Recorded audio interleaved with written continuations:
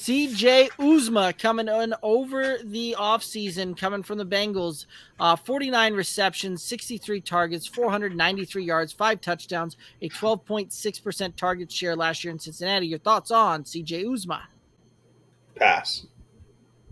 Most of his Really? product most of his production came 1 week in Cincinnati. He had 1 week in Cincinnati where he blew the doors off, and everyone in the fantasy community pissed down their leg to run out and try and grab this next tight end, and he's going to be a viable piece in this Bengals high-powered offense. And then he really didn't do squat. If he can't perform and he's not reliable in a high-powered offense, there's not enough balls around to service him in a Jets offense. Therefore, pass. I guess in a position like tight end, I see what you're saying there, but he's actually somebody that I would keep my eye on, especially if I'm not going to go tight end early. Um, I think that he would be, somebody that you could probably get a good value on. And granted, yeah, he had 5 touchdowns last year, and tight end. Outside of those, top 3 guys, or is it even just 3 anymore? Is it still just 2? I guess we throw Mark Andrews in with Kelsey and oh gosh, why can't I think of his name out of San Kelsey, Francisco? Kittle, thank you. Waller.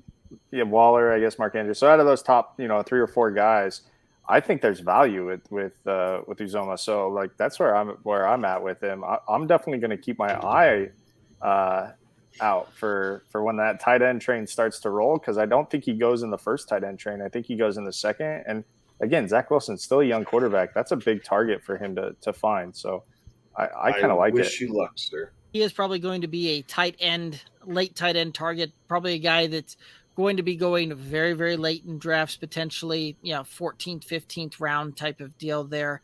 Wouldn't surprise me. But Kevin brings up some very, very good, solid points there, right? He actually had 2 weeks last year where he had amazing performances. He finished tight end 1 in both of those weeks, in week 4 and week 7.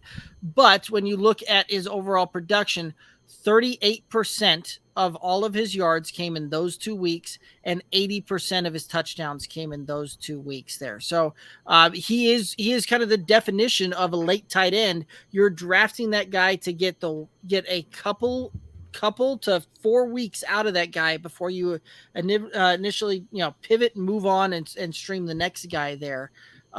He's not a guy that I think you're going to get that just season long production out of late round tight end that we've seen pop over the last few years. I don't think he's that guy.